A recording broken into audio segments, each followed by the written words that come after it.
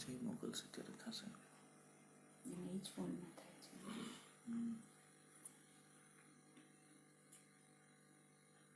બીજા ફોનમાં આપણે વાત કરતા તો ઠીક રહે.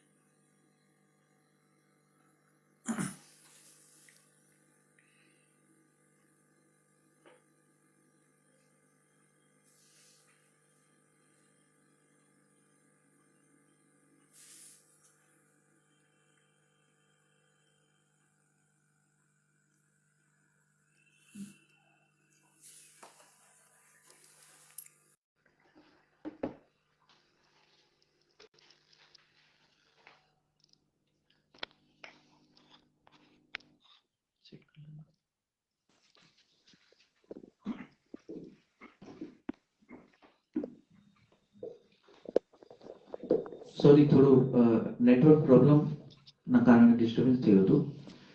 તો કાકા આપણે વાતો કરતા હતા. Can you hear us? Can you hear us? Yes. Yes yes, બિલકુલ.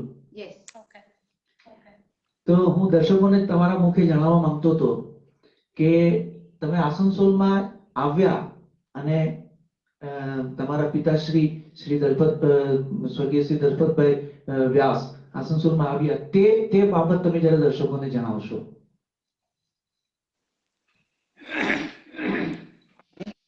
રાજકોટથી 9 મે 1961 મારા પિતાશ્રી પાસે ધનબાદ આવવા માટે નીકળ્યો. પછી મારા કામની તપાસ માટે હું શ્રી દાસુભાઈ રાડી જે ધનબાદ જરિયામાં ઇન્કમ ટેક્સની પ્રેક્ટિસ કરતા હતા, એમને મને કહ્યું કે જો તમારે આપણા આસનસોલ ખાતે એક ઓફિસ શરૂ કરી અને તમે મારી સાથે જોડાઓ. એટલે મેં એમને હા પાડી અને એ હિસાબે હું આસનસોલમાં મારા સગા એનટી વ્યાસ એન્ડ કંપની એ મારા સગા હતા એ નિમિત્તે એના ઘેર ગયો અને ત્યાંથી પહેલું કામ ઓફિસ શોધવાનું હતું.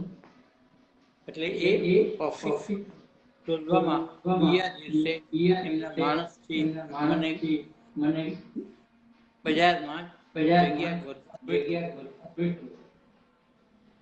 પરંતુ મને અનુકૂળ આવી જગ્યા ન હોય. તો મેં નક્કી કર્યું કે જાતે જ ગામમાં જઈને જગ્યા તમને પડતા પડે છે. બીજા દિવસે ગામમાં જઈને મેં મારી ઓફિસ શોધી કાઢી અને એ ઓફિસમાં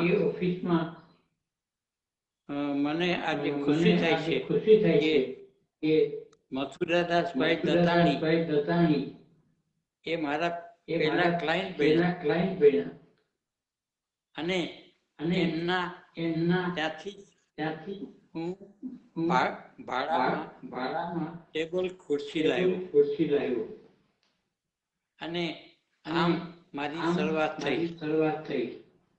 અને એ ટેબલ જે હતું ટેબલ હતું અને રાત્રે મારો એ બેડરૂમ બની જતો. એમાં હું જાડી ચોપડીઓ રાખી આમ મારી શરૂઆત કરી. મારી ઓફિસની નીચે મારવાડી પાસો હતો. એમાં મેં કરતા 20 રૂપિયા એક મહિના જમવા શરૂ કરાયું. મેં એમાંથી 2 કરોડ બચાવી અને સાંજે દૂધમાં ખાઈ. આ રીતે મારી શરૂઆત થઈ. કારણ કે મારી પાસે પૈસા પણ નહોતા, ખાલી હિંમત હતી, ઈશ્વર ઉપરની શ્રદ્ધા હતી. આમ એમ ત્યાં ઓફિસ ગયા પછી હું સવારના 9 વાગ્યાથી 12 વાગ્યા સુધી વેપારીઓની પાસે જઈ અને મારા પરિચય આપતો. અને હું ઇન્કમ બાબતે કાંઈ વિશે જાણતો ન હતો, એટલે હું દરેકને ગુરુવારનો દિવસ કહેતો. મારા મિત્ર દાસુભાઈ આવતા અને અમે ક્લાયન્ટ કન્વિન્સ કરતા. આ વખતે કારણ કે હું સમજતો ઓફિસમાં જ બેઠો રહીશ તો કામ કઈ આગળ નહીં વધે. બપોર પછી હું ઇન્કમ ઓફિસમાં જઈ અને કર્મચારીઓ સાથે મિત્રતા બાંધતો અને આમ ધીરે ધીરે મારું સર્કલ જમાવતો ગયો. ઇન્કમ ટેક્સના ઇન્સ્પેક્ટરોને મિત્ર બનાવીને એ લોકો જ્યાં જ્યાં સર્વે કરવા જાય એ પાછા મારું એડ્રેસ આપીને આવ્યું કે ત્યાં મળજો. આ આપણી ભારતીય પ્રથા પ્રમાણે કામ કર્યું છે. આમ કરતા ફક્ત આસનસોલની પણ નિયામતપુર, રાણીગંજ, અંડાલ અને દુર્ગાપુર સુધી જતો. ત્યારબાદ મને મારો ઉદ્દેશ એક જ હતો કે નાણાં વગરનો નાથ્યો અને નાણાંથી કહેવાય નાથાલા. એટલે મારે નાથાલા થવું હતું. એટલે હું બીજી કોઈ પ્રવૃત્તિ કરવા નહોતો માંગતો કે પેલું મારે જવાબદારી 6 બહેનો હતી. એટલે એ બધા જે અમદાવાદમાં રહેતા હતા એમને મારા વાઈફ અને 2 દીકરીઓને મારે આસનસોલ લાવવાના હતા. આમ 2 વર્ષ સુધી સખત મહેનત હરીફરી મેં ધીરે ધીરે મારા પત્ની અને 2 દીકરીઓને આસનસોલમાં લાઈનમાં બચુભાઈ પટેલનો અને એની સામે બીજું રહેવાનું મકાન લીધું. આમ ધીરે ધીરે ગાડી મારી આગળ વધવા માંડી. હવે આ દરમિયાન મેં ચૂડી ખાતી બોલપુર ત્યાં પણ એક ઓફિસ સારું કરી અને આપણે એક ગુજરાતી ભાઈને બેસાડ્યા અને ત્યાં પણ 6-8 મહિનામાં સારું એવું કામકાજ મને મળવા લાગ્યું. આ રીતે આસનસોલની T2માં તમે આસનસોલ અને બીજું આસનસોલમાં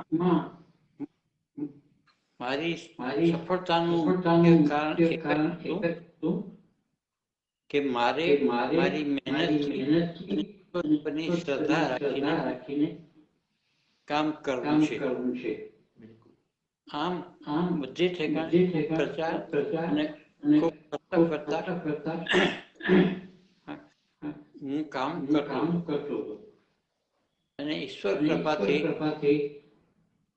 થોડા જ વખતમાં મને કલકત્તા ખાતે એક ઓફિસ બનાવવાનું નક્કી થયું. આથી મેં 1965માં ઓફિસ લેવાનું નક્કી કર્યું. અને ત્યાં એક જગ્યા 26 માં લીધી અને ત્યાં પણ ખૂબ કરકસરથી એ જગ્યાને રિનોવેટ કરીને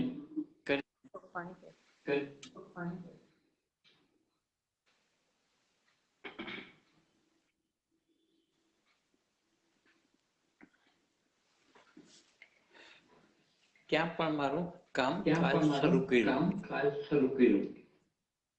આમ 2 દિવસ કલકત્તા રહ્યો અને બાકીના દિવસો આસનસોલ. એટલે ઈશ્વર કૃપાથી આ બધું રીતે મારું આર્થિક પાસું જરા મજબૂત બનતા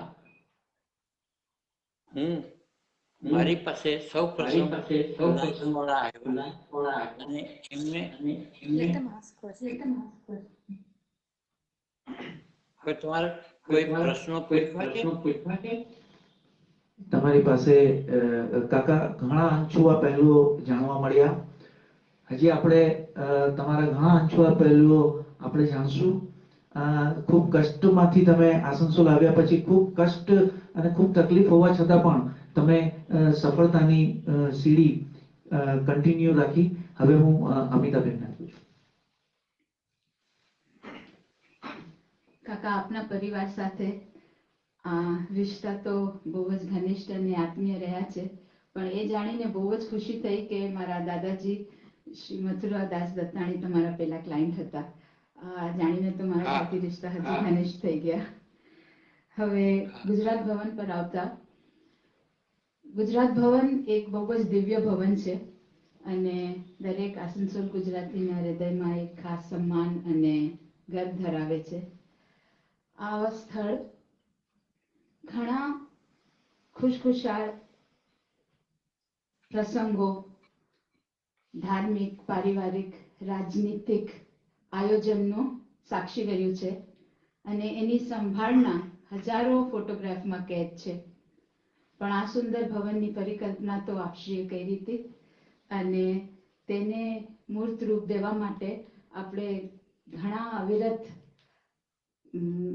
એફર્ટ્સ કર્યા છે, ઘણા પ્રયત્ન કર્યા છે. આજે તમે અહીંયા ગુજરાત ભવનની પાસે નથી, પણ હિન્દીમાં કહાવત છે ને कि मकान अपने लिए कौन बनाता है, ये तो अपनों के लिए बनता है और ये घर बन जाता है अपनों के अपनेपन से. અને આજ અપનાપન અમને ગુજરાત ભવનથી મળે છે. તો એની માટે કાકા આપનો ખૂબ ખૂબ આભાર છે. અને આ ભવનના નિર્માણને સાકાર કરવા માટે, તમારા સપનાને સાકાર કરવા માટે તમારા તમારી જેટલી સંભાવનાઓ છે, તમારા જેટલા અનુભવ છે, જો એમાંથી થોડાક બી અમને બાંટશો તો અમને ખૂબ ખુશી થશે.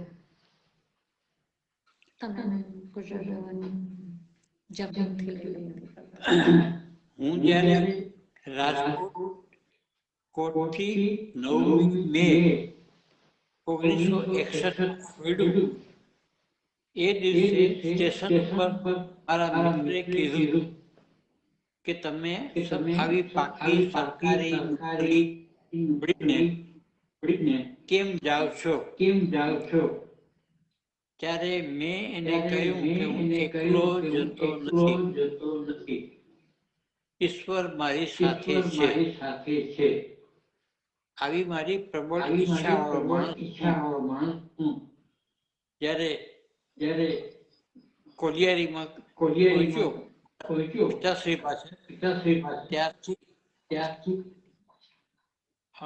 હું અને આસનસોલમાં જ્યારે અશુભાઈ નાગિયાએ મને પાર્ટનરશિપની ઓફર કરી, એટલે હું આસનસોલમાં આવી ગયો.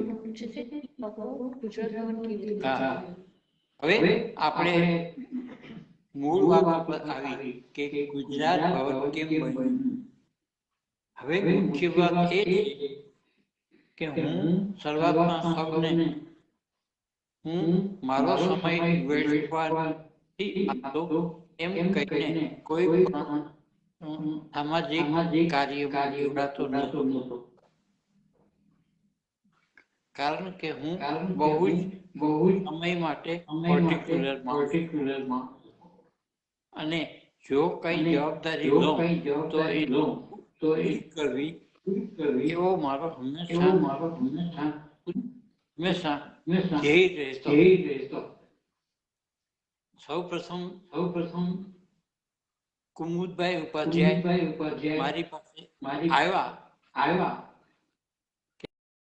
એક આપણે સ્મશાન ગ્રહ નથી. જો તમે ગુજરાત રિલીફ સોસાયટીના પ્રમુખ બનો તો આપણે એક સારુંથી સ્મશાન ગ્રહ બનાવીએ. મેં એમને સ્થળ બતાવવાનું કીધું, જગ્યા જોઈ અને મેં હા પાડી અને આ રીતે મારી શરૂઆત થઈ પહેલું ગુજરાતી રિલીફ સોસાયટીથી અને 6 મહિનામાં સ્મશાન ઊભું થઈ ગયું. ત્યારબાદ લાયન્સ વાળા મારી પાસે આવ્યા કે કુશાગ્રમ ઈસ્ટમાં આસનસોલ નામની સંસ્થા ચાલે છે, તો તમે એના પ્રમુખ બનો. મેં કીધું હું લાયન્સનો લ પણ જાણતો નથી, તો એમાં તમે મને ક્યાં ભેળવો છો? અને કે ના, તમે જો પ્રમુખ બનશો તમને ખાસ વિશ્વાસ છે કે આપણું લાયન્સનું કામ અત્યારે બંધ પડી ગઈ છે, એ ચાલુ થશે. આથી મેં હા પાડી અને લાયન્સનું કામ લીધું અને એમાં પ્રમુખ બનતા જ મેં જોયું કે આ સેવાનું કામ છે અને સેવાના કામમાં ડોક્ટરો ખાસ આપણને ઉપયોગી થાય. એ નિમિત્તે મેં પ્રમુખ બન્યા પછી 75 જેટલા સભ્યો બનાવ્યા, એમાંથી 30 જેટલા ડોક્ટરો જ હતા. આમ મિસ્ટર ખંડેલવાલ, જેણે અત્યારે લાયન્સ ક્લબની હોસ્પિટલ ચાલે છે, એ મારું સપનું હતું અને એ સપનું પૂરું એમને કર્યું, પરંતુ એની શરૂઆત મેં કરી હતી. અને પ્રમુખ થયા પછી હું દર વર્ષે સારામાં સારા કહીએ આપણે કેમ્પ, લાયન્સના કેમ્પ કરતો, જેમાં મધર ટેરેસાને પણ લઈ આવતા. કારણ કે મધર ટેરેસાના રક્તપિતિયાના ઓપરેશનો મારી દીકરી નલિની અને મારી પત્ની બંને જણા ત્યાં હાજર રહી હતા અને એમના કામ કરતા. એટલે લોકોની પણ સારી એવી શુભેચ્છા, આશીર્વાદ મળ્યા એમ કહું તો ચાલે. આમ કરતાં કરતાં લાયન્સમાં હું ડિસ્ટ્રિક્ટ ગવર્નર સુધી પહોંચી ગયો અને એ દરમિયાન મેં લાયન્સના ઇન્ટરનેશનલ કોન્ફરન્સો 2-3 વખત મેં એટેન્ડ કરી અને વિશ્વમાં ચાલતી વાતો અને કાર્યોને નિહાળ્યા. તમે ગુજરાત ભવન, ગુજરાત સમાજ સાથે કેવું? હવે વાત આવી અસલ કે આપણે ગુજરાત ભવન કેવી રીતે બનાવ્યું.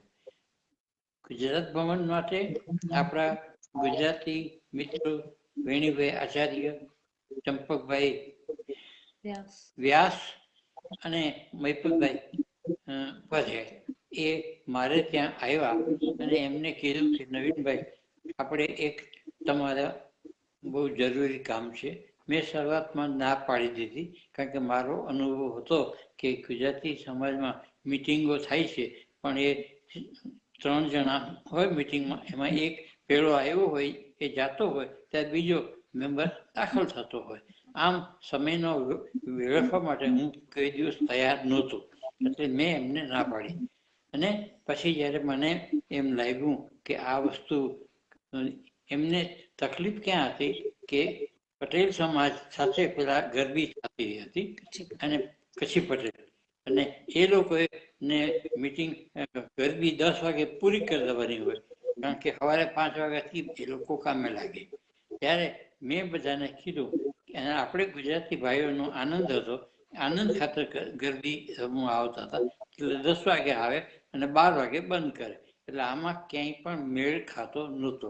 એટલે આ મેળ એમને કહી દીધું કે તમે હવે વેણીભાઈ આવતા વર્ષથી તમારી જુદી ગરબી કરજો અને અમે પટેલ સમાજની ગરબી અહીંયા કચ્છી પટેલમાં અમે કરશું. એટલે મિત્રોને મૂંઝવણ ઊભી થઈ કે હવે આપણે શું કરવાનું. એટલે એમને મને કેવડાવ્યું કે મારે મુલાકાત કરવી છે. પ્રથમ તો મેં ના પાડી દીધી. પછી મારા ફાધરને એપ્રોચ કર્યો. પછી મારા ફાધરે કીધું છે કે એક વખત તો આપણે મળી લેવું જોઈએ અને એમનાથી આપણે હું 5-25 હજાર રૂપિયા જોશે તો હું આપી દઈશ પહેલેથી, એમાં કોઈ મને તકલીફ નથી, પણ જવાબદારી હું નહીં લઉં.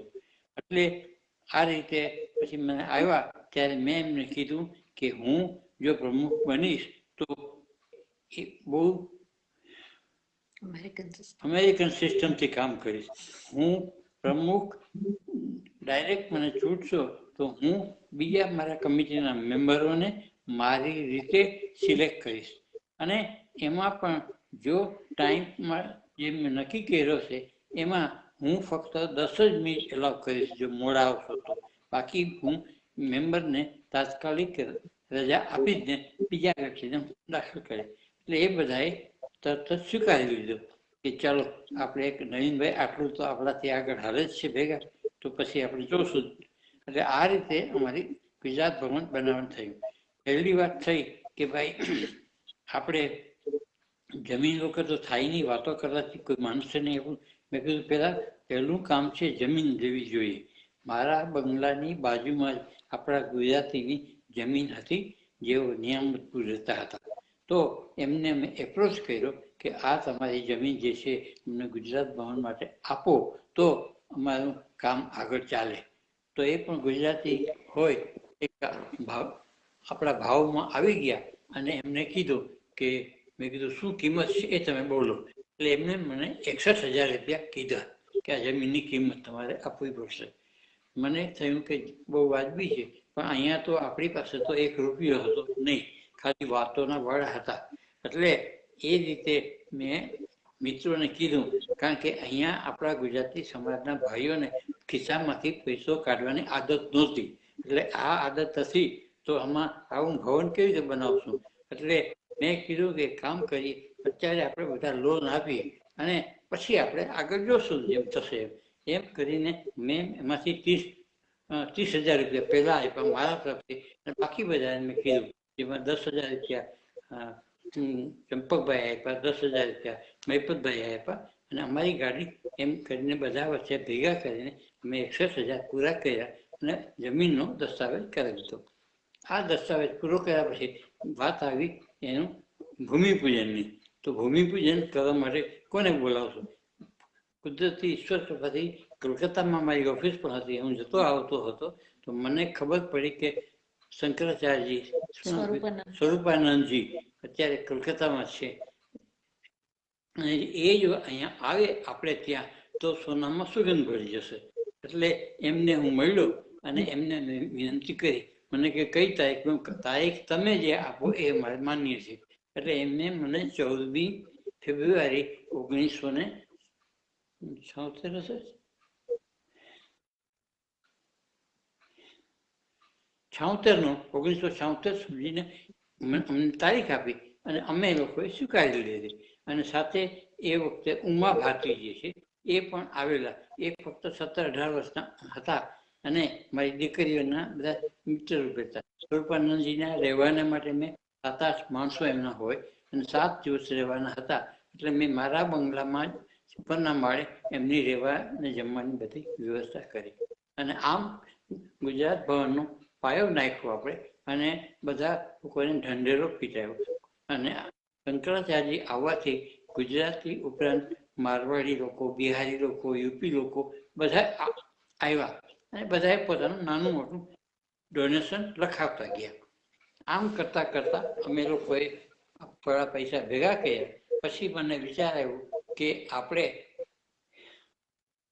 કલકત્તા ખાતે પણ એક મીટિંગ રાખીએ, એક ધાર્મિક.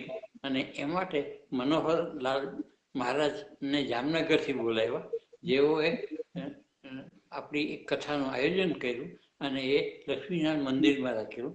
સાથે આપણા આસનસોલથી 20-25 ફેમિલી મેમ્બરો પોતાના સ્વખર્ચે કલકત્તા આવ્યા અને એક સારું એવું કામ જાહેરાત આપણી થઈ ગઈ. અને આમ કરતાં કરતાં આપણે થોડુંક પણ થઈ ગયું.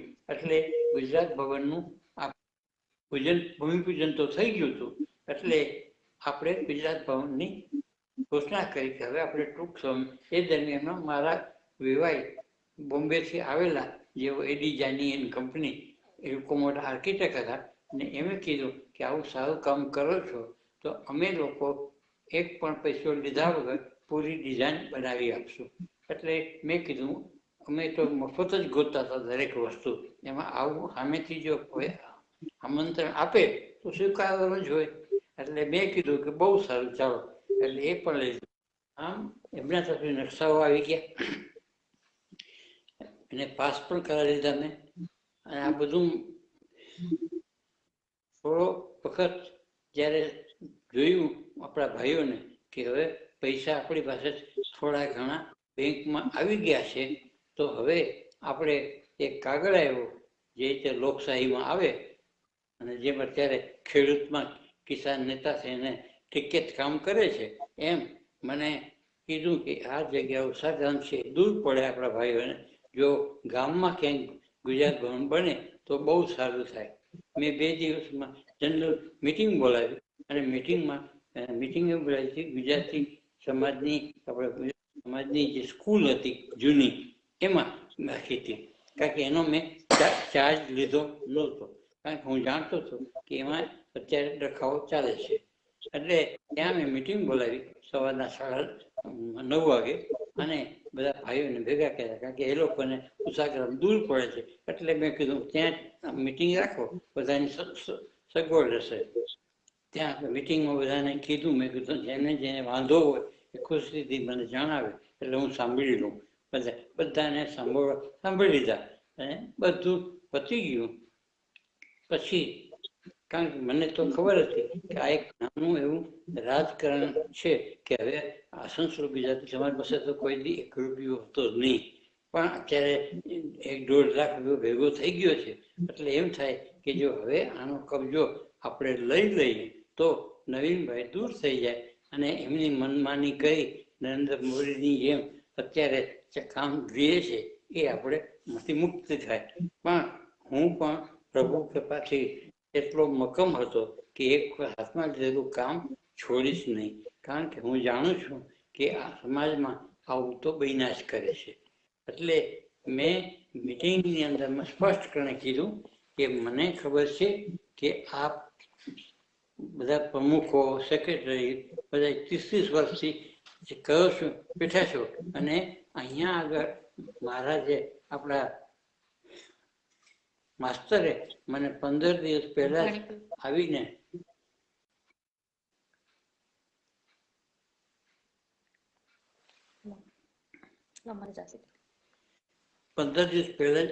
કહ્યું કે અમને આમાંથી પાણી પડે છે, પતરા તૂટી ગયા છે, કંઈક કરી આપો તો સારું. મેં કીધું મેં સ્કૂલનો કબજો લીધો નથી, પણ જે ટ્રસ્ટીઓ છે એમની પાસે મળી અને તમે જે અનુકૂળ લાગે કરી દો. એટલે હું જાણું છું કે આપ સૌ શું કામ કરવાના છો અને કેટલું કરવાના છો એ બધી મને ખ્યાલ છે. આમ છતાં પણ જો તમને લાગતું હોય કે ઉષાગ્રામ યોગ્ય જગ્યા નથી અને જે કોઈ ભાઈએ ડોનેશન પાછું જોતું હોય તો આવતીકાલે મારી ઓફિસમાં 10 વાગે આવી જાય અને હું તમને 7 દિવસનો ટાઈમ આપું છું. એમાં આ રીતે પૈસા લઈ જાજો અને સરદાર ભવનનું કામ 2 દિવસ બીજા ગુજરાત ભવનનું કામ 2 દિવસ પછી 31 ઓક્ટોબર આવતી હતી. મેં કીધું સરદાર પટેલનો જન્મદિવસ છે અને એ જેટલા અડગ હતા એટલું જ હું અડગ છું અને કામ શરૂ થઈ જશે. અને એ રીતે મેં નક્કી કર્યું હતું, કારણ કે મારી પાસે મોટી ધન એ હતી કે ઇન્કમ ટેક્સના વકીલ તરીકે બધા જ ક્લાયન્ટો હતા. જેમ દાખલો આપ્યો કે મારા ક્લાયન્ટ મોસુદાસ મહિના અને મને ટેબલ ને ખુરશી મળી ગયા, એમ સિમેન્ટ, લોતી, કપચી અને લોખંડ જે કંઈ જોઈએ એ બધું જ મારે ફક્ત ફોન જ કરવાના હતા, પૈસા આપવાના નહોતા. એટલે આ રીતે મારી ગુડવિલનો મેં ઉપયોગ કરી અને ગુજરાત ભવનનું એકલા હાથે નિર્ણય લીધો અને કામ શરૂ કરી દીધું. સદનસીબે મારા પિતાશ્રી એ વખતે ધનબાદથી અહીંયા આસનસોલ આવી ગયેલા અને એ પણ ફ્રી હતા અને એને આ કામમાં રસ હતો. એટલે મેં કીધું તમે આને સુપરવિઝનમાં રહ્યો અને મંડળ બાબુને આપણે રાખ્યા હતા કોન્ટ્રાક્ટર તરીકે, એમને કામ બધું શરૂ કરી દીધું. અને હું છે તે પૈસા લેવાની જવાબદારી મારી છે. હું ગમે ત્યાંથી મળીને પૈસા ગમે ત્યાંથી લાવું છું આપણે. અને આ રીતે કલકત્તામાં મારું જે સર્કલ હતું મોટું, એમાંથી પહેલા તો મણિબેન ખટાવ શેઠિયા ને એપ્રોચ કર્યો. લોહાણા મહારાજ સમાજના એ પ્રમુખ હતા અને એમના ફંક્શનમાં ગયું. અને આ રીત સિવાય અનેક આપણા ગુજરાતીઓને ગુજરાત ગવર્મેન્ટ ને મળી અને પૈસા લેવા. પછી મને ખબર પડી કે ગુજરાત ગવર્મેન્ટ પણ આવા કામ માટે ભવન બનાવવા માટે પૈસા આપે છે. એટલે હું ગાંધીનગરમાં બાબુભાઈ જસભાઈ પટેલને સીધો જ મળ્યો પહેલી જ વખત. અને મેં એને વાત કરી કે આવું ગુજરાત ભવન બનાવીએ છીએ, તો આમાં અમને આપનો સહયોગ જોઈએ છે. અને એને અમને 51,000 રૂપિયા વાત કરી. મેં અરજી બને કે આપો, ટેબલ ઉપર બેસીને મેં અરજી કરી. અને મેં કીધું સાહેબ તમારે આના ઉદઘાટનમાં આવવું પડશે. તો મને કે ક્યારે મારો ડેટ? મેં કીધું તમને ક્યારે? મેં કીધું આમ ભવન બનાવવું છે, એમાં ઓછામાં ઓછા 6 થી 8 મહિના લાગવાના છે. તો મને એ રીતે એમને ડિસેમ્બરનો ટાઈમ આપ્યો અને નક્કી 51,000 રૂપિયા મને કે વાંધો નહીં, સરકારી ધોરણે તમને મળશે. એ કામ માટે હું ફોલોઅપ કરતો હતો. એના જે મિત્રો હોય ગુજરાત ગવર્મેન્ટ સાથે જોડાયેલા, આમાં મને બિહારીભાઈ શાહ કલકત્તાના ડાયમંડ જ્વેલર હતા. એ મને કોન્ટ્રાક્ટ કર્યો અને એને કીધું કે કાંઈ મને ચિઠ્ઠી લખી દીધી. અને ત્યાં આગળ એના જે ફાઇનાન્સ મિનિસ્ટર હતા દિનેશભાઈ શાહ, એને કીધું કે તમે 15 દિવસ પછી આવો એટલે તમને તમારા પૈસાની હું મંજૂર કરાવી દઈશ. એટલે એ રીતે હું 15-20 દિવસ પછી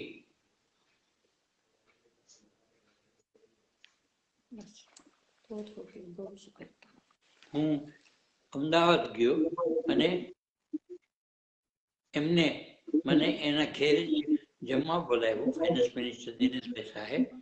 અને એમણે મને કીધું કે તમારો ઓર્ડર છે આપી દઉં છું અને 15 દિવસમાં તમને ચેક ગુજરાતી સમાજના નામનો આવી જશે. એ દરમિયાન મને એમ થયું કે કસ્તુરભાઈ લાલભાઈને પણ કોન્ટેક્ટ કરવા, બહુ મોટા દાનવીર હતા અને જૈન લોકો માટે ખૂબ કામ કરે. એટલે મેં મારે ત્યાં આ પ્રસંગ દરમિયાન એક ક્યાંનો હતો કલકત્તાથી કાંકરિયા પરિવાર તરફથી એક સંઘ આવ્યો હતો અને એ લોકો મને એટલું જ કીધું કે તમે મને મારા ભગવાનને રાખવા માટે અહીંયા જગ્યા આપો તમારા ગેરેજમાં, તો મને બહુ અમને લોકોને અનુકૂળ. મેં કીધું ગેરેજ શું, આ મારો આખો બંગલો છે. હું એ વખતે હું ફેમિલી સાથે કલકત્તા જઈ રહ્યો હતો. એટલે મેં એમને મારા માણસને કહી દીધું કે આપણું ઘર એમને ખુલ્લું જ રાખજો અને આ બધા ભાઈઓને જેમ રહેવું હું બધી સગવડતાઓ આપું છું. આપી અને આગળ ગયો. અને એ કારણ કે કસ્તુરભાઈ બહુ જ પ્રેક્ટિકલ માણસ હતા અને જોયું કે જો જૈનનું કંઈ ભલું થતું હોય તો આપણે કરવું. એટલે મેં એમને વાત કરી કે પારસનાથ જવાને માટે આસનસોલ એ હાફવે છે અને એને કારણે સંઘ બધા રહી શકે એટલા માટે ગુજરાત ભવન બનાવવાનું છે. કારણ કે એમને હું કે શંકરનું મંદિર બનાવવું છે તો કદાચ ન જલ્દી એમને ગળે ઉતરે વાત. એટલે એમને મારે વાણિયા ગીતથી વાત કરવી પડી અને એમને હાથ પાડી અને મને કીધું કે સારું પૈસા તમે મોકલી દીધું. અને 15-20 દિવસમાં મારી પાસે 11,000નો ચેક આવ્યો. પરંતુ એમાં મહત્વની વાત એ હતી કે એ પત્ર જે મને લખ્યો હતો એમાં એને પ્રણામ લખ્યા હતા. મને એમ થયું કે આટલી મોટી વ્યક્તિ એક પ્રણામ કરે છે આપણને તો એની મહાનતા છે. ત્યારથી હું બધાને પ્રણામ કરતા શીખું છું. એમ કહેવામાં મને કોઈ સંકોચ નથી. અને આ રીતે આસનસોલ, બોમ્બે ગયો, કલકત્તા જે મિત્ર મંડળ હતું, જ્યાં જ્યાં મારો સંબંધ હતા એમને બધાના મિત્રો પાસેથી પૈસા લાવી અને મેં એકલા હાથે ગુજરાત ભવન પૂરું કર્યું. જે લોકો રિસાઈ ગયા હતા મારાથી કે આટલી કડકાથી જવાબ મેં કીધું કે કોઈ ભાઈ આવે કે ન આવે, હું ગુજરાત ભવન બનાવવાનો છું. અને આ રીતે બનાવીને તૈયાર કર્યું. અને બાબુભાઈને લાવવાને માટે ટાટાનગરના નગીનભાઈ પરીખને, એ મારા મિત્ર હતા, મેં એમને વાત કરી કે તમે બાબુભાઈ જસભાઈ પટેલને એરપોર્ટથી લઈને અહીંયા આસનસોલ લાવવાના છે. એટલે એમને કીધું હા પાડી. મેં સાથે અમારે ત્યાંથી ફંક્શન પતી જાય તો તમારે ત્યાં રાખજો ફંક્શન, એટલે અમે તમારે ત્યાં આવશું, ટાટાનગર આવશું. એટલે આ શરતે કામ બાબુભાઈનું મારે પણ કોઈ પણ જાતનો ખર્ચ કર્યા વગર, હું હંમેશા જોઈતો કે રૂપિયો વાપરતા પહેલા 10 વખત વિચાર કરવો, કારણ કે પ્રજાના પૈસા હતા એને કંઈ વેડફાય નહીં, એનો સદુપયોગ જ થવો જોઈએ. અને આ રીતે બાબુભાઈને લાવવાની મૂકવાની બધી જવાબદારી નગીનભાઈ પરીખને, તમે સૌ જાણતા. અને પોતાનું હેલિકોપ્ટરમાં થી બાબુભાઈ જસભાઈ પટેલને અહીંયા લાવ્યા આસનસોલ. અને આ રીતે આપણું કામ થઈ ગયું.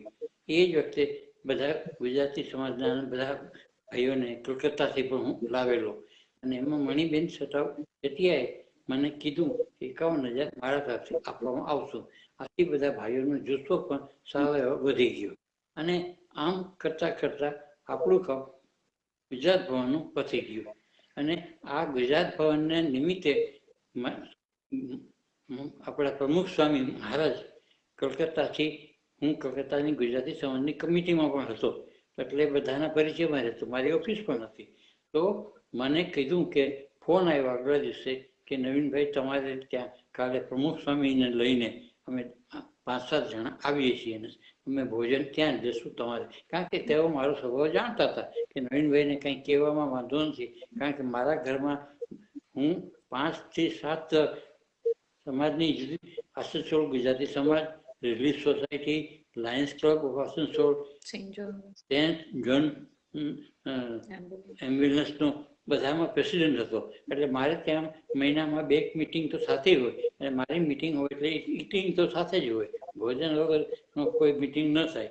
આમ મારી પત્ની પણ એટલે મહારાજને બધા હતા, પરંતુ એ પણ પ્રેમથી બધાને જમાડતા હતા. એટલે આ કાર્યમાં સરદાર ગુજરાત ભવન બનવાની સાથે સાથે મારો મિત્ર મંડળને બધું ખૂબ સારું થઈ ગયું. અને પ્રમુખ સ્વામી જેવા વ્યક્તિ આપણે ત્યાં પધારે એટલે આપણે એમ સમજવું જોઈએ અસીમ કૃપા હોય તો જ આપણે ત્યાં પધારે. અને મારું ફક્ત એવું નથી કે ખાલી આપણા ગુજરાતી હિન્દુ સંતો પણ આવે, પણ ત્યાં ઉષાગ્રામમાં આપણા વરાજીની દુકાન છે, નામ તો ભૂલી ગયો છું, એમને ત્યાં 103 વર્ષના એમના વોરા લોકોના મુખ્ય હેડ હતા. ત્યાં સુરતમાં એક મોટી મસ્જિદ બનાવવાના ઉદઘાટનમાં આવતા હતા, તો એ પણ ત્યાં આવ્યા હતા. એમને પણ લઈને આવ્યા અને એમને 1650 રૂપિયા મને ડોનેશન રૂપે આપવા પડ્યું. એટલે આવું સમજ્યું કે આ બધી ઈશ્વરની કૃપા હોય તો પણ આપણને મળે છે, કે ખાલી આપણે હિન્દુ કહીએ અને મુસલમાન નહીં એવું કાંઈ નહીં. મારા માટે તો જે સારા ભાવથી આપણને સહયોગ આપે એમનું બધું જ આપણે સ્વીકારવું. અને એ જે હતા સબ મેમ્બર, એ મારા કમિટીમાં મેમ્બર પણ હતા ઉષાગ્રામમાં, નામ તો ભૂલી ગયો છું. પણ આ રીતે મારું અહીંયા આગળ કામ થયું. અને આસનસોલમાં કોઈ પણ કામ હોય તો ઈશ્વરની કૃપાથી મને હંમેશા એપ્રોચ કરવા આવે કે ત્યાં જાઓ તો તમને પાછા નહીં આવવું પડે. અને હું સમજતો હતો કે વિદ્યા દદાતિ વિનયમ, વિનયમ દદાતિ ધનમ, ધનમ દદાતિ દાનાય. એટલે આ ચિત્ર મનમાં રાખીને છૂટા હાથે જ્યારે પૈસા આવવા માંડી ગયા ત્યારે હું છૂટા હાથે પૈસા આપવાનો પ્રયત્ન કર્યો સારા કામ માટે. હવે તમારે જે પ્રશ્ન પૂછવા હોય, કારણ કે હું વાત કરીશ તો કદાચ જવાબ પડી જશે અને તમારો ટાઈમ તો વયો જશે, તમારે પૂછવાનું હશે નહીં રહે. આથી પૂછવાનું શરૂઆત કરો તો બહુ સારું છે. તમારી વાતો અને વિચારો ઉપર અમારા માટે જેવું થશે. તમારો અવાજ નથી આવતો ક્લિયરલી. અવાજ નથી આવતો.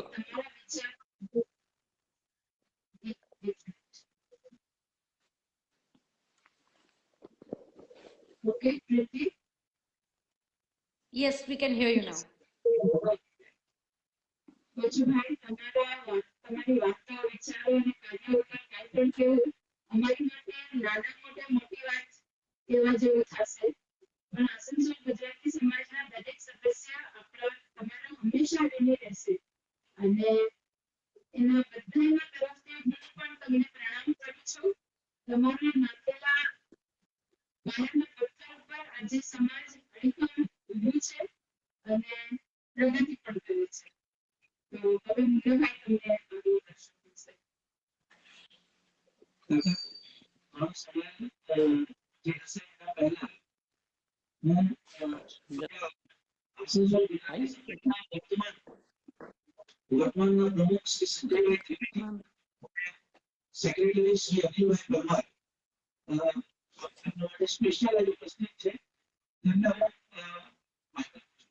Committee members.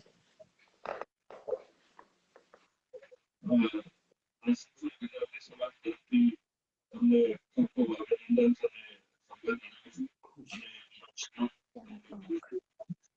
સંબંધ સંજય ત્રિવેદી, આસનસોલ ગુજરાતી સમાજ.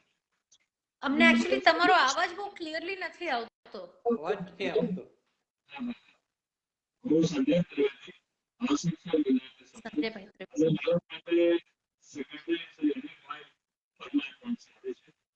આજ અમે તમારા સામે મેન્ડેટ માટે જે છે કે તમારી જે છે કે કમસે દર્શન કરીએ એ એક સાથે આજે ઉપસ્થિત છે. અને તમારો ખૂબ અમે આભાર છે ગુજરાતી સમાજનો કે તમારે આ જે બિલ્ડિંગ તમે અમે We can't understand, Amitabh, and your voice is not coming clearly. અવાજ નથી આવતો.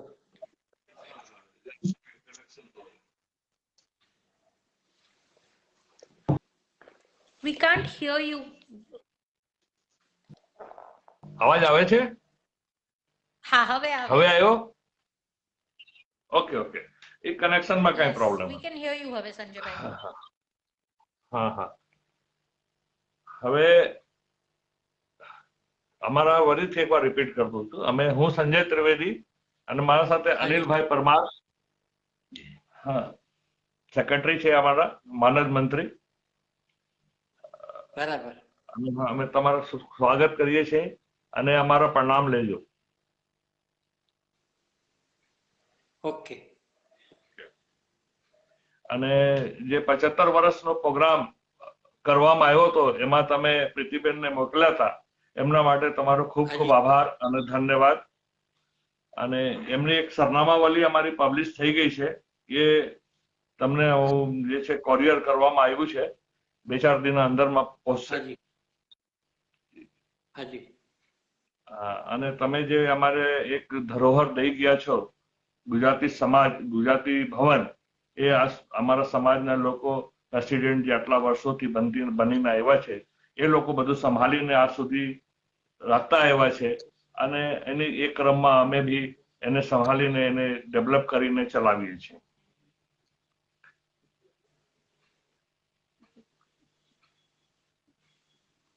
અને ખૂબ સારું તમે કરી રહ્યા છો. અને એના જ આ ટેકનોલોજીનું જે છે વાત, તો એક અમારા ખ્યાલમાં આવ્યું કે જે તમારે જે લાઈન ઓફ વર્ક હતી, જે તમારી પ્રેરણા હતી, એ અમે લોકો બધાને આપી શકીએ, બધાને બતાવી શકીએ और સમાજને એક માર્ગદર્શન મળે, એ જ આજ આશા છે. અને દીપકભાઈ જોશી એમાં પૂરી મહેનત કરીને આ કામ કરી રહ્યા છે.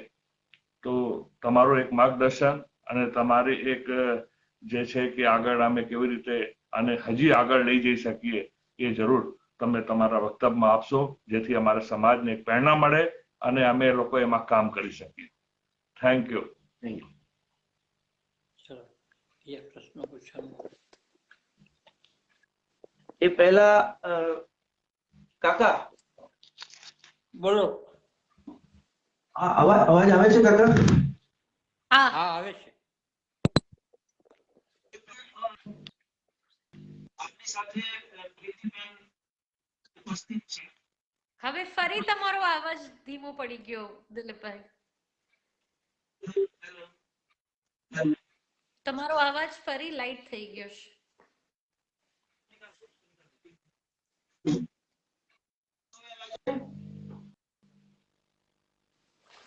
Hello. Yes, now it's clear. હા, હું કહેતો હતો કે તમે ઉપસ્થિત છો લાઈવમાં અને તમે આસનસોલ પણ આવી ગયા, પણ હું ચાહું છું કે તમે પણ તમારું નાનપણ અહીંયા ગુજાર્યું છે આસનસોલમાં. હું ચાહું છું કે તમે તમારી કોઈ મેમોરી યા કોઈ મેસેજ આપવા માંગતા હો. Well, I was very small. હું બહુ જ નાની હતી જ્યારે હું આસનસોલ છોડીને જતી રહી. I think હું 8 વર્ષની હતી. પણ ઇવન ધેન મને ગુજરાત ભવનમાં બધા જ ફંક્શન્સ, બધા વેડિંગ્સ થતા એ મને બહુ સારી રીતે યાદ છે. જ્યારે એ બનતું હતું ત્યારે વધારે યાદ છે કે હું આજે મારા ફાધર મને એક મેમરી યાદ કરાવે છે કે એક ફંક્શન હતું બાબુભાઈ જસભાઈ પટેલ જ્યારે આવ્યા હતા, આઈ થિંક ઇનોગ્રેશન નું હતું, અને મારા ફાધર, હું ત્યારે બહુ જ નાની હતી, I think I was about 3 years old, અને હું મારા ફાધરની બહુ જ લાડકી, એઝ વેલ એઝ મને એ જ્યાં હોય હું એમની જોડે જોડે જ જાઉં, અને મને એમને કાન પકડવાની આદત હતી નાનપણથી.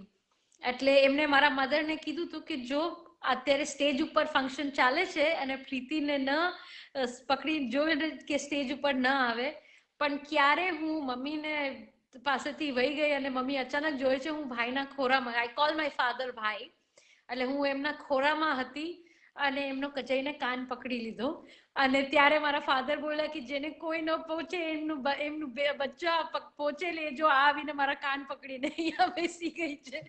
એટલે I think for me Asansol has a lot of memories in terms of કે બધા જ અમિતાબેન થી લઈને Jayaben, Gaurangbhai, Rajubhai, the Upadhyaya brothers, you know, so હું બહુ જ નાની હતી પણ I remember આસનસોલમાં ફક્ત Gujarat Bhavan and my bungalow, એટલે આ વખતે હું આવી અને it was very nice જોઈને, અને થોડું ઓવરવેલ્મ થઈ ગઈ કે આટલા વર્ષો પછી આવી, but I look forward to coming again to Asansol.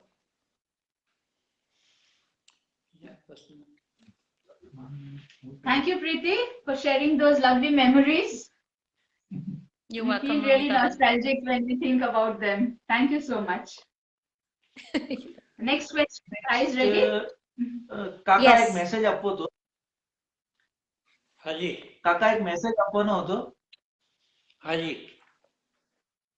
આસનસોલમાં Shri મનહરભાઈ પાનસેરિયા, હાજી મનોહરભાઈ પટેલ, એમને ખાસ કેવડાવ્યું છે, એમને ખાસ મેસેજ આપ્યો છે કે નવીનભાઈ વ્યાસ સાથે વાત થાય એટલે એમને કહેજે કે મારા આસનસોલના પહેલા ગુરુ એ હતા.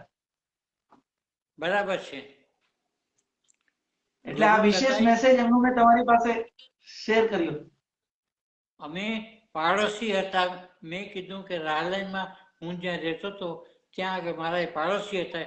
એક રૂમ મારી પાસે હતો ને એક રૂમ એમના પિતાશ્રી પાસે હતો. એ ફેમિલી સાથે રહેતા હતા અને ઘણી વખત મને જમાડી પણ દેતા હતા. આમ મને એનો પ્રસાદ બહુ મીઠો લાગતો હતો. એટલે એમને પણ મારા તરફથી કહેજો કે હજી હું એમને બહુ જ યાદ કરું છું.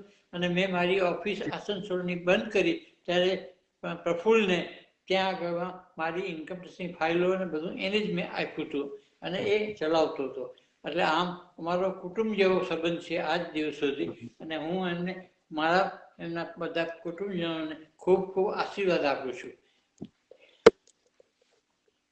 બીજી કઈ પૂછવાનું?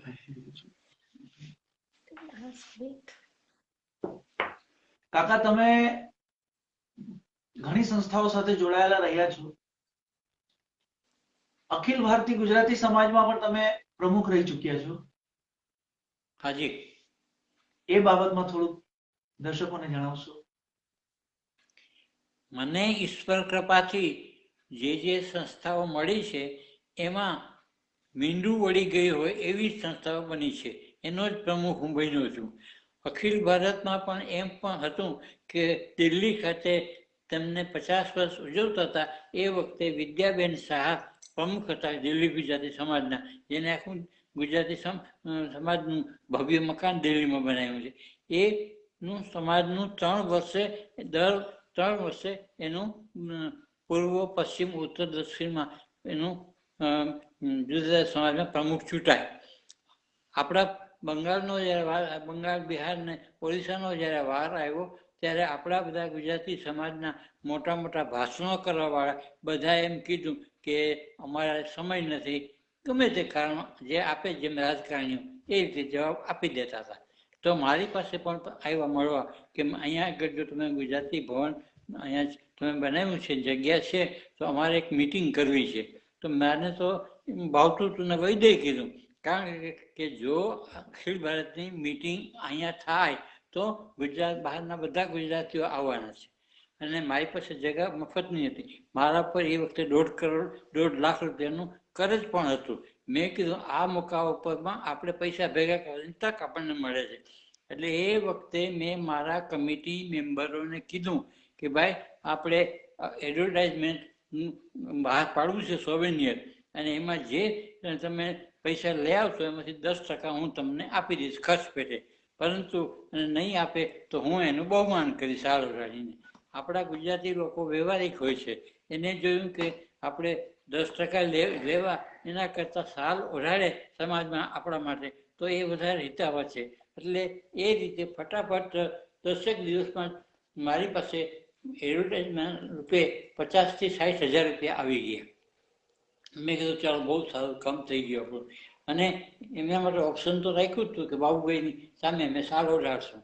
હવે એ કરવાથી ત્યાં મિટિંગ રાખી અખિલ ભારત ગુજરાતી સમાજ. એટલે એ વખતે ઇલેક્શનનો વારો આવ્યો એટલે કલકત્તાના પ્રમુખ દાણી કે હું કલકત્તાનું મોટું શહેર છે અને ત્યાં જ અખિલ ભારતની ઓફિસ શોભે એટલે મને જ પ્રમુખ બનાવો. મેં કીધું ભાઈ જેને પ્રમુખ બનવું હોય બનાવી દે, કારણ કે મને ખબર હતી કે આ તો કંઈ છે નહીં વાતમાં માલ. પણ બધા લોકોનો ખૂબ આગ્રહ હતો કે હું જ પ્રમુખ બનું.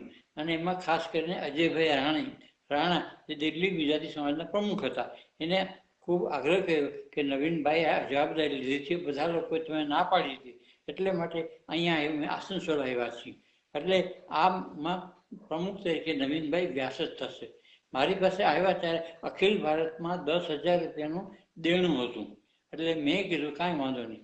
ત્યાં દિલ્હી ખાતેની ઓફિસમાં ગયો, જે કાંઈ હતા કાગળો બધા જોઈ લીધા મેં, અને મેં કીધું હવે આને નવેસરથી ઊભું કરવું પડશે.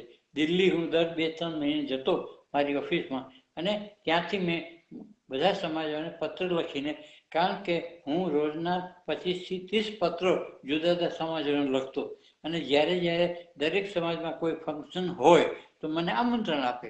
અને હું વિચારતો હતો કે મારે તો પૈસા હતા જ નહીં, એટલે ક્યાંયથી પણ આમંત્રણ આવે તો મારે કહી દેવું કે ચાલો આપણે ત્યાં આગળ મિટિંગ આપણે રાખી છે, અને ત્યાં ભોજન પણ મળે અને મારા વાતો પણ થઈ શકશે જે હોય. એમ કરતાં કરતાં અખિલ ભારતની બધી જ મિટિંગો આખા હિન્દુસ્તાનમાં ફેર્યો. અને ફરતા ફરતા રામેશ્વરમાં મોરારી બાપુની સાથે 8 દિવસ સુધી રહેવાનો મળ્યો. મોટું વસ્તુ એક છે કે આ અખિલ ભારતમાં જવાથી ત્યાં આગળ લોકોના પ્રશ્નો પૂછ્યા કે શું તમારા લોકોના પ્રોબ્લેમ છે. તો લોકોએ કીધું કે અહીંયા આગળ ગુજરાતમાંથી આપણા ભાઈઓ આવી નકશા બતાવે છે જુદા જુદા ગામના, અને પૈસા ઉઘરાવીને પાકી રસીદ આપીને વયા જાય છે, અને ત્યારબાદ કોઈનો પત્તો લાગતો નથી. આમ અમને ખૂબ ચીટિંગ થાય છે. મેં કીધું નાગપુર ખાતેની એક મિટિંગની અંદરમાં મારી મિટિંગ હતી 14 ને 15 એપ્રિલ 1981માં.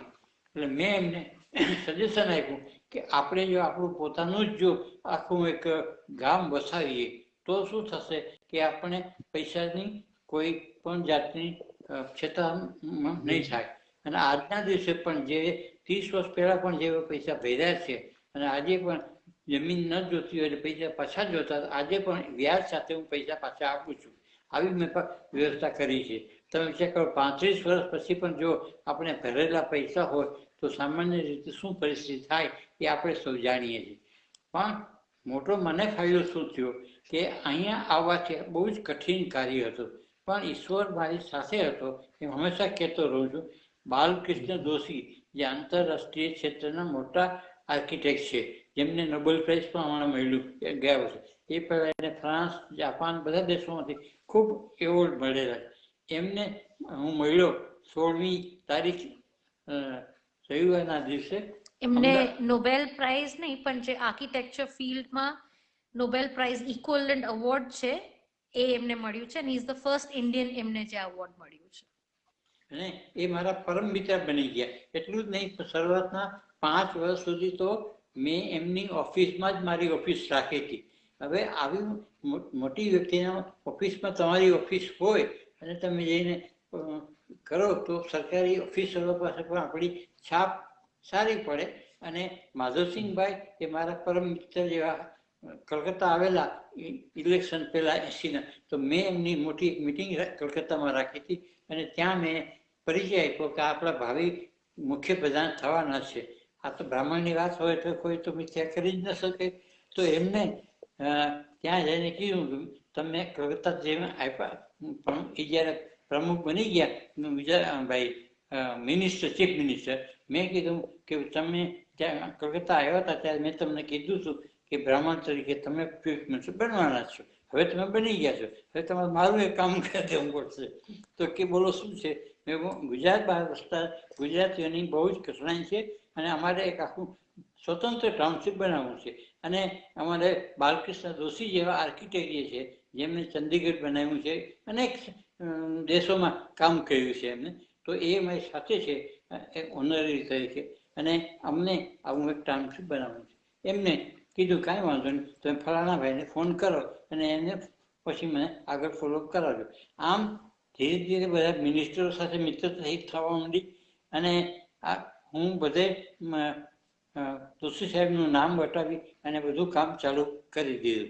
કારણ શું છે કે મારે પૈસો તો કોઈને દેવો જ નહોતો, મારે તો મફતમાં જ બધું કામ કરાવવું. એટલે આપણે બધું કરવું પડે. ગુજરાતીમાં કહી ને કે ભાઈ જે હોય તે આપણને તો પૈસો ન લાગે, કારણ કે મારી પાસે આવડું મોટું ટાઉનશીપ બનાવવા માટે કોઈ પૈસાનું કોઈ આયોજન હતું જ નહીં. પણ મેં શું કહ્યું કે જમીનનો ભાવ 25 રૂપિયા ભાવ રાખ્યો અને એ 25 રૂપિયા પણ 10 હપ્તાએ ભરવાનો, 6 મહિને એક હપ્તો આવે. એટલે માણસને એમ લાગે કે બહુ મફતના ભાવમાં મળે છે. એટલે માણસો તરત મેં સભ્ય થવા માંડ્યા. અને સાથે કન્ડિશન લગાડી દીધી કે જેમને સરદારનગરમાં જમીન જોતી હશે એમને અખિલ ભારતનું મેમ્બરશીપ તો લેવી જ પડશે. એટલે એ રીતે મારું અખિલ ભારતનું પણ કામ ચાલુ થઈ ગયું અને આ બાજુ સરદારનગરનું કામ ચાલુ થઈ ગયું. જેમ જેમ પૈસા આવતા ગયા એમ રોટેટ કરતો ગયો. અને એમાં મેં મારા શરૂઆતમાં 20 લાખ રૂપિયા પોતાના પણ નાખ્યા. હું એક પ્રોપર્ટી તૈયાર હતી લેવા માટે, જેથી લોકોને વિશ્વાસ બેસે કે આ વાતો કરે છે એટલું જ નથી, પણ આ નક્કર વસ્તુ પણ આપણે સામે ઊભી છે. એટલે આમ ધીમે ધીમે કામ ચાલુ કર્યું. એ દરમિયાન લંડન ખાતે સીવી પટેલ તે બધા ગુજરાતી સમાજના બધાને ભેગા કરવાનો નિર્ણય કર્યો અને અખિલ ભારતના પ્રમુખ તરીકે મને અને પ્રબોધભાઈ રાવળ મિનિસ્ટર જે હતા, હોમ મિનિસ્ટર, એમને આમંત્રણ આપ્યું. એટલે આ રીતે મને વિશ્વ ગુજરાતી સમાજનો આઈડિયા આપ્યો અને મારો નિયમ પ્રમાણે જે રીતે લાયન્સ અને રોટરી ક્લબો ચાલે છે એવો ગુજરાતી સમાજને બનાવવો. એટલે હું ત્યારે જઈ ન શક્યો સંજોગો પ્રમાણે, પણ મેં અહીંયા નક્કી કર્યું કે વિશ્વ ગુજરાતી સમાજ સ્થાપના કરવો છે. હવે હું નસીબદાર કહેવો કે જે બાલકૃષ્ણ દોશી જે મને મળ્યા એવા જ મને બીજા શું કીધું ભટ્ટ, મૂળશંકરભાઈ ભટ્ટ, જેઓ સરદાર વલ્લભભાઈ પટેલના પર્સનલ સેક્રેટરી હતા. હવે એવી વ્યક્તિ મારી કમિટીમાં હોય તો તમે સમજો કે તમારું સ્થાન કેટલું ઊંચું હોવું જાય. કારણ કે તમે સરદાર પટેલના સેક્રેટરી જે રહ્યા હતા એને આપણી સાથે હોય, બાલકૃષ્ણ દોશી જેવા હોય, એ સિવાય બીજા નામાંકિત માણસો એ અને મારી સાથે બધા મિનિસ્ટર સાથે પણ મિત્રતા થઈ જવાથી બધા કામો વગર પૈસે, કારણ કે ભારત દેશમાં પૈસા વગર કામ કઢાવવું બહુ તકલીફ છે, સૌ જાણે છે. પણ મેં ક્યાંય પણ પૈસો ખર્ચ્યો નથી. દરેક ઠેકાણે કાંઈ પણ કામ હોય તો મને માધવસિંહભાઈ કીધું હતું ઉમરસિંહ ચૌધરી કીધું મારી ઓફિસમાંથી ફોન બેસીને ફોન કરવાનો. એટલે હું ત્યાંથી જે તે ઓફિસરને કરવું ફોન કે મારે આ અહીંયા આગળ માધવસિંહભાઈની ઓફિસમાં બેઠો છું અને મારે આ કામ છે. એટલે તરત જ એ લોકો સામેથી વિવેક દેખાડી અને આવી જાય. જે 10 ધક્કા ખવડાવતા હોય એ 1 ધક્કામાં પતી જાય. આમ મારી પોતાની ટેવ કયો કોઈ કુટેવ કયો જે કયો હોય, પણ મેં ક્યાંય પૈસો ન દેવો પડે એ રીતે સદાનગરનું કામ કર્યું. અને ઘૂસના પૈસા એટલે કે મારે શું છે કે બેન કહે છે ઘૂસના પૈસા, પણ ઘૂસના ન કહેવાય, તો પ્રેમના પૈસા હતા એમના માટે તો. પણ એ પણ મેં ક્યાંય મારે ખર્ચવા નથી પડ્યા. પણ એક જ વસ્તુ છે કે એમને ભય રહેતો અને એટલે પ્રીતિ થઈ કે ભાઈ આ તો માધવસિંહભાઈના અમરસિંહભાઈના અંગત માણસ જેવા છે. એટલે આપણે કારણ કે એક મિટિંગમાં જ્યારે એ લોકો મારું આગળ કામ નહોતા કરતા, મેં ઓલ ઇન્ડિયા ગુજરાતી સમાજના પ્રમુખોને બોલાવ્યા, મિટિંગ કર્યા, જેમાં 40 પ્રમુખો આવ્યા હતા. અને ગાંધીનગરમાં આમની સાથે મુલાકાત કરી આપણા માધવસિંહભાઈ સાથે. એને મને કીધું કે તમે આજે રવિવાર છે, કાલે સોમવારે તમે મારી ઓફિસમાં 12 વાગે આવજો. અને ત્યાં હું ગયો ત્યારે માધવસિંહભાઈએ કીધું જે લેન્ડ રેવન્યુના કમિશનર હોય ને કે ભાઈ હું જાણું છું કે તમને આમાં રસ નહીં પડતો હોય, પણ આપણે આમાં કામ કરવું પડશે. કારણ કે બહારના ગુજરાતીઓ આપણા આપણા પડખે હંમેશા ઉભા રહ્યા છે. એટલે એક વખત એને ફોન કીધું કેટલા દિવસમાં કામ થશે કે 7 દિવસમાં, પણ તમને તાજુબ થશે ગેજેટમાં 3 જ દિવસમાં આવી ગયું. મારા ઘેર પછતું કરી દીધું અને પછી સરસરાટ કામ થયું. આમ અનેક જગ્યાએ મેં જે લોકોનો પહોંચ હોય એ બધાને એપ્રોચ કરી અને કામ કર્યું છે. અવડામાં પણ એવી અવડા એટલે આખું ડેવલપ ઓથોરિટી કહેવાય, અમદાવાદ અર્બન ડેવલપમેન્ટ ઓથોરિટી. એમાં પણ શું છે, ખૂબ ઘૂસ ચાલે. પણ હું તો મારી પાસે તો અત્યારે 100-2 લાખ જમીન હતી, અને જો હું પૈસા આપવા જાઉં તો મારું કોઈ દિવસ પોસાય જ નહીં. કારણ મારે તો બધું ઓફિશિયલ જ કામ કરવાનું હતું. પરંતુ આ બધામાં પણ એક જ છાપ મેં મૂકી હતી કે ભાઈ અહીંયા આગળ પૈસા વગર હું કામ કરવાનો માણસ છું, અને મારું કામ નહીં કરો હું સીધી ફરિયાદ કરીશ. સીધી વાત છે. કારણ કે આમાં કોઈ પણ જાતનો ભય દેખાડ્યા વગર કોઈ જગ્યાએ કામ થતું નથી આપણું. એટલે આ રીતે સદાનગરનું કામ એક પછી એક શરૂ થયું. અને ત્યાં સદાનગરમાં પણ આજે 500 ફેમિલી રહે છે. એમાં સ્કૂલ પણ બનાવી દીધી છે. અને ત્યાં આગળ મારા ટ્રસ્ટ તરફથી મહિલા ભવન પહેલાં બનાવ્યું, એમાં લગ્ન આતે થઈ છે, ગુજરાત ભવન જેવું જ બનાવ્યું છે. અને એની સામે બીજું ગુજરાત બહારના હાથી આવતા ગુજરાતીઓ માટે રહેવા માટે અતિથિગૃહ અને મિટિંગો માટે હોલ પણ બનાવ્યો છે. એમાં એક જ દાખલો આપું કે એ ટોકરસિંહ લાલજી કાપડિયા હૈદરાબાદના, જેઓ સાઉથના આપણા કિંગ કહી શકાય અને કસ્તુરભાઈ લાલભાઈની શ્રેણીમાં ગણાય. એના દીકરાને મેં ફોન કર્યો કે આ આપણું ટ્રસ્ટની જગ્યા બની છે સરદાર હોલ, એમાં આપણે તમારું ડોનેશન મારે 11 લાખ જોઈએ છે. એને કીધું કે એટલા બધા તો નથી, મારા જો ગરીબ બ્રાહ્મણ 5 લાખ રૂપિયા જો આપતો હોય તો તમે ના પાડો એ તો ન ચાલે. આખરે એ રીતે એમને એક ગરીબ બ્રાહ્મણ કહીને મેં એની પાસેથી 11 લાખ લીધા અને એમાં એમનું નામ જોડી દીધું. આમ કહેવાનો મતલબ છે કે ક્યાંક બ્રાહ્મણ થઈને પણ યાચિક થઈને પણ કામ કરાયું, ક્યાંક આંખ દેખાડીને પણ કામ કર્યું. અને આમ બધું લાકડાની તલવારે જેને કંઈ ગુજરાતી ભાષામાં એવી રીતે કામ કરતા કરતા આજ ગુજરાત સરદાર ભવન એક ભવ્ય અને સુંદર ટાઉનશીપ બની ગયું છે. એમાં સારા પાકા રસ્તાઓ, પાણીની વ્યવસ્થાઓ, બધી જ વસ્તુ છે. અને સ્ટેશનની સામે જ પછી જગ્યા આખી આવેલી છે. એટલે આ રીતે જીવનનું એક સારું કામ કરવાનો મોકો મળ્યો. અને વિશ્વ ગુજરાતી સમાજની વાત કરું કે જ્યારે મને આમંત્રણ આવ્યું હતું લંડનથી CB પટેલ દ્વારા, ત્યારે હું નહોતો જઈ શક્યો. અને અહીંયા ગુજરાતમાં આવીને મેં નક્કી કર્યું કે આપણે વિશ્વ ગુજરાતી સમાજ સ્થાપવો છે. એટલે 31મી ઓક્ટોબર 1985માં અમદાવાદ ખાતે ટાગોર હોલમાં એક મીટિંગ બોલાવી. અને એ વખતે ઇલેક્શનનો વારો આવ્યો. એટલે કલકત્તાના પ્રમુખ દાણી કે હું કલકત્તાનો તમે વાત કરો એટલે અને એ વખતે સ્વામિનારાયણની 200 વર્ષની ઉજવણી ચાલતી હતી 85માં, અને એ વખતે મેં મોકો લઈને પ્રમુખ સ્વામીને આમંત્રણ આપ્યું, આપ આ મિટિંગમાં જરૂર પધારો. એટલે પ્રમુખ સ્વામી, ડૉક્ટર સ્વામી અને બીજા અગ્રગણ્ય ગુજરાતના અને મિનિસ્ટરો સાથે એક મિટિંગનું આયોજન કર્યું, અને એમાં મેં વિશ્વ ગુજરાતી સમાજની જાહેરાત કરી. અને પહેલા પ્રમુખ તરીકે હિતેન્દ્રભાઈ દેસાઈ, જે આપણા ગુજરાતના ચીફ મિનિસ્ટર હતા એ વખતે, એમને મેં કીધું આપણે પ્રમુખ બનાવવા છે. એટલે એ રીતે કરવાથી શું થાય કે એ પ્રમુખ બની જાય તો બધું સરકારી ખર્ચે આપણા ગાડી ચાલે. એટલે એ સરકારી ગેસ્ટ હાઉસમાં અમદાવાદ ખાતેનું જે છે એમાં જ અહીંયા ઓફિસ અમે ચાલુ કરી, મિટિંગો કરવા માટે પણ એમાં જ બધી સગવડતાઓ હતી. એટલે આ રીતે વિશ્વ ગુજરાતીની સમાજ શરૂઆત કરી, અને અનેક જગ્યાએ દુનિયાના લગભગ 25 દેશોનો મેં પ્રવાસ કર્યો અહીંથી ગયા પછી. અને એમાં મુખ્ય લંડન છે, અમેરિકાના છે, અને ક્યાં ઘણા સ્ટેટો છે. એમાં હું ફ્રાન્સમાં બધા ગુજરાતી સમાજ, પોર્ચુગલ બધે ગયો અને બધાને મળ્યો.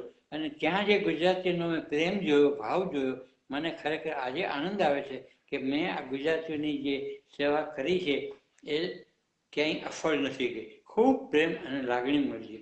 એમાંય જ્યારે હું લેસ્ટર ગયો હતો લંડનમાં ની બાજુમાં, અને એમાં મને રેડિયો ઉપર ટોક કરવાનું મને આમંત્રણ મળ્યું. એટલે એ વખતે મેં જ્યારે વાત કરવાની શરૂઆત કરી હતી લેસ્ટરમાં, લેસ્ટર એટલે ગુજરાતીઓનું બીજું ગામ કહીએ તો ચાલે, કારણ કે ત્યાં ગુજરાતીમાં જ બોર્ડ માર્યા હોય આપણે બધા ત્યાં. એટલે ખાવા પીવાના લાડુ, દાળ ભાત, શાકનું બધું ભોજન મળે.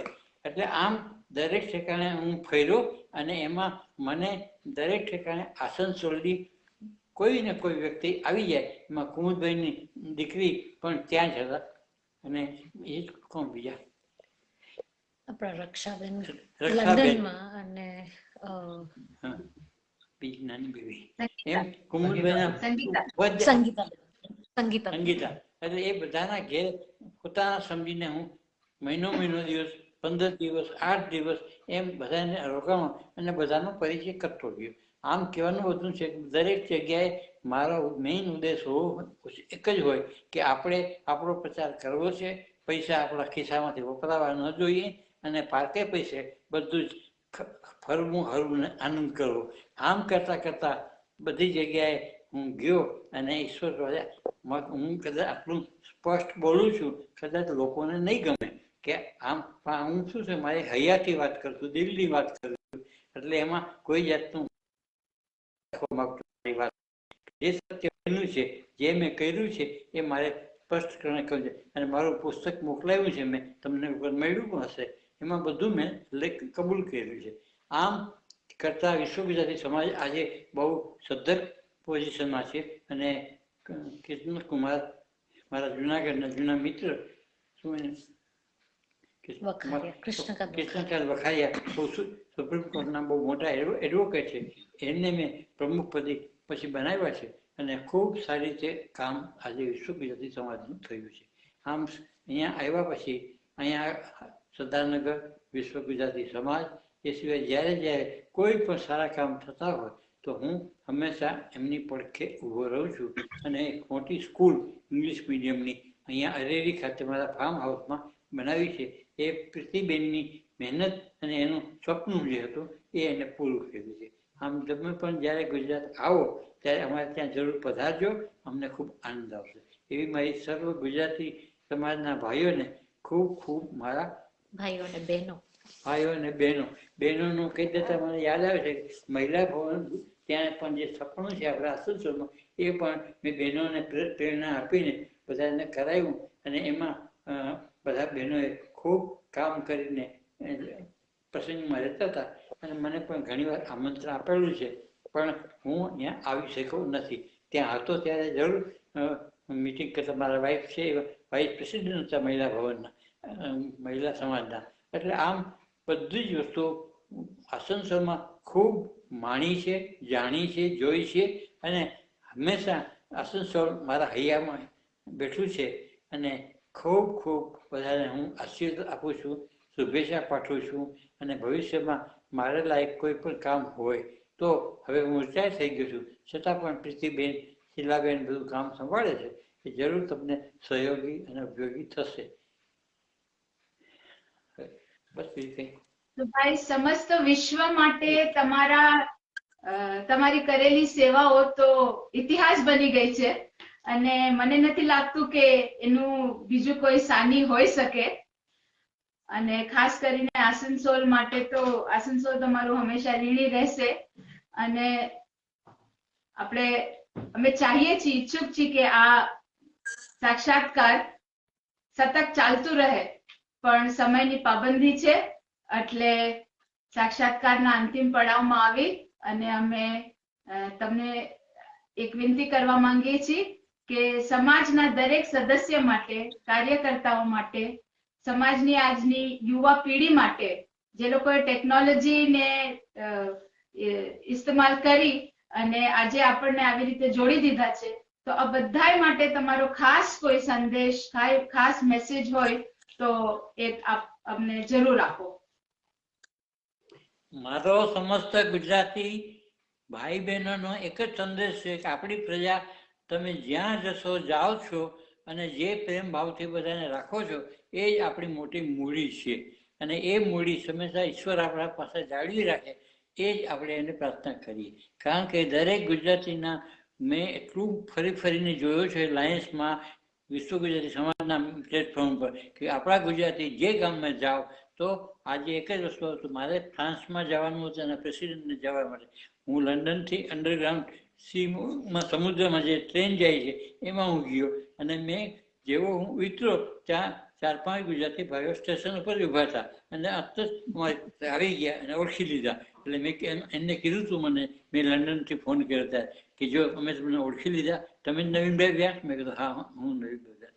એટલે ચાલો એના ઘેરે લઈ ગયા અને એ લોકો સુરતી લોકો હતા અને એટલી સરસ મજાને એ મને એમના ઘેરે જમવા લઈ ગયા. જે આનંદ આવ્યો, મને એમ થયું કે ખરેખર આ લોકોની ગુજરાતી પ્રત્યેની ભાવના જે છે એ ખરેખર હૈયે હામ રાખીને બોલું છું. એવા જ મારો અનુભવ લંડનમાં પણ થયો છે કે લંડનની લેસ્ટર લિસ્બનમાં પણ જ્યારે હું ગયો હતો ત્યારે ત્યાં આગળ એના સમાજ તરફથી મને એટલા બધા ભાઈઓનું આમંત્રણ આવ્યું હતું કે હું 15 દિવસનું 1 મહિનો રોકાઉં તો પણ મારા માટે ઓછો પડે, પણ મારી પાસે સમયનો નહોતો.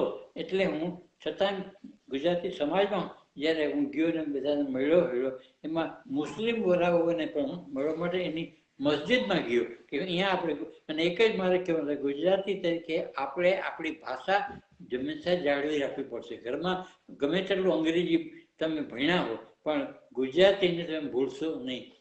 જો આપણે ગુજરાતી ભાષાને નહીં ભૂલીએ તો ક્યાંય પણ આપણે, અને જો એને જાળવી રાખશું તો આપણી જેમ પારસી લોકો પોતાની વસ્તુને જાળવી રાખે છે, એક આજે 500 વર્ષ છે, એમ આપણે પણ ગુજરાતી તરીકે જ્યાં હો ત્યાં આપણી ભાષાને તમે જાળવી રાખજો. અને આ જે ગુજરાતી તરીકેનો જે પ્રેમ છે એ આપણો તો જ જળવાઈ રહેશે. અને આપણા સમાજની જે એક ખાસિયત હોય છે કે જ્યાં હોય ત્યાં, એક જ દાખલો આપું કે લિસ્બન, પોર્ચુગલમાં પેલા ગુજરાતી લોકોને સ્મશાનમાં લાકડા બાળવા નહોતા દેતા. ત્યારે આપણું ગુજરાતી સમાજ ભેગા છે એના પ્રમુખને સમજાવ્યો કે આ મારી પ્રથા છે, અમને સગવડ. એટલે એના પ્રમુખે સ્વતંત્રતા આપ્યો. ત્યાં કસ્તુરબા ભવન બને છે, એમાં કે અહીંના પ્રેસિડન્ટ અમારે ત્યાં રેગ્યુલર આવી અને પૂછી જાય, 4 એકર અમને ફ્રી ઓફ ચાર્જ જમીન પણ આપી છે અને બીજી કાંઈ મદદ મળે તો સરકાર તરફથી બધી અહીંયા મળે છે. આમ કહેવાનો મતલબ છે ગુજરાતીઓ જ્યાં જાય છે ત્યાં પોતાના આત્મબળથી અને વિવેકથી સમજીને ત્યાંના લોકો સાથે ભળી જાય છે. આફ્રિકામાં ગયો ત્યારે આપણા ગુજરાતીઓ આઈ કેમ્પ કરે, બીજા કેમ્પો કરે અને એ રીતે એની પ્રજાનો પણ એ લોકો પોતાનું મેળવી આપે. એટલે મને એમ લાગે કે આપણી ગુજરાતી પ્રજાની એક ખાસિયત છે કે જ્યાં જાય ત્યાંના લોકોનું પણ કલ્યાણ થાય એવું કામ હંમેશા કરતા રહીએ છીએ. આ જ આપણી મોટી વાત છે અને આ જ વસ્તુ આપણે સાચવવાની જરૂર છે હાજર, કે જેથી કરીને દરેક ગુજરાતીનું જે અત્યારે માન છે વિશ્વમાં, આમ તો નરેન્દ્ર મોદીએ ખૂબ જ નામ વધારી દીધું છે, પણ એની સત્તા નહીં જોઈએ. આપણે પ્રજાની તરફથી પણ એ કહું છું કે ગુજરાતી પ્રજા એ મહાન પ્રજા છે અને એના દાખલાઓ અનેક છે મારી પાસે.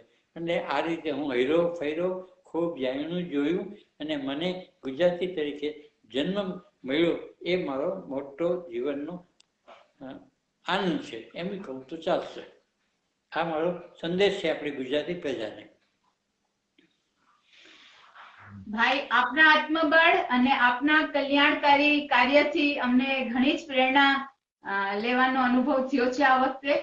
પણ હવે સમયની પાબંદીના કારણે અમારે કમ્પ્લીટ કરવો પડશે આજનો સાક્ષાત્કાર. તો દીપકભાઈ બે શબ્દ કહેવા માંગે છે.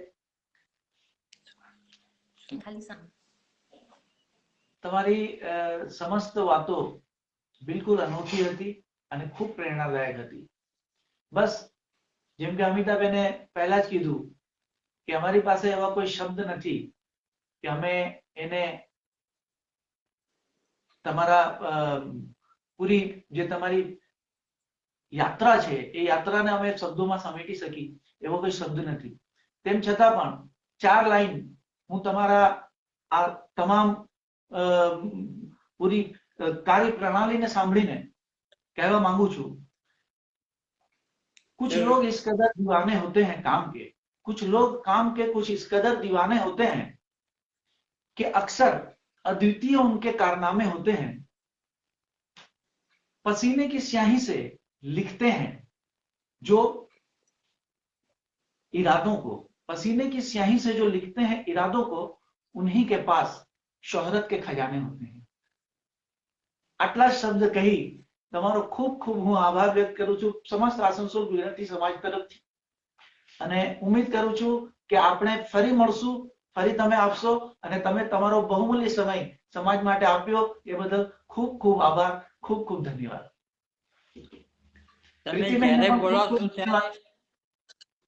તમે જ્યારે બોલાવશો ત્યારે હું આવીશ, કારણ કે હું હવે રિટાયર્ડ માણસ છું ફૂલ્લી. ઓ ભાઈ, તમને બોલાવવા માટે અમે કેવી રીતે બોલાવી? આ તો તમારું ગામ છે ને તમારું દીધેલું સમાજ છે ને તમારું બનાવેલું ભવન છે ભાઈ. No, he meant online. He meant online. તો નિમિત્ત ખાલી બન્યો છું, બાકી કશું જ નથી. કારણ કે હું જાણતો હતો કે દરેક કાર્ય ઈશ્વર જ કરાવે છે, ઈશ્વર વગર કાંઈ થતું નથી. મારા જીવનમાં જો મોટામાં મોટો આશ્રય હોય તો ઈશ્વર, ઈશ્વર ને ઈશ્વર, બીજું કાંઈ છે નહીં. બસ તો ઈશ્વર તમને આસનસોલ જલ્દી લઈ આવે. તમારું બળપણ છે. સુખીન ભવો. Thank you so much, Preeti. Thank you for all your support and all your contribution. You're most welcome and all the best, Gujarat. Asansol na બધા જ ભાઈઓ તથા બહેનો, and I look forward to coming back to Gujarat, Asansol jaldi. Maybe next Navratri I will come. And then we can have and do Garba together. Oh, that would be lovely. So thank The you entire and stay family. blessed, all of you. All of you. Thank you so much. Thank you. Good night. Jai Samaj. Yes.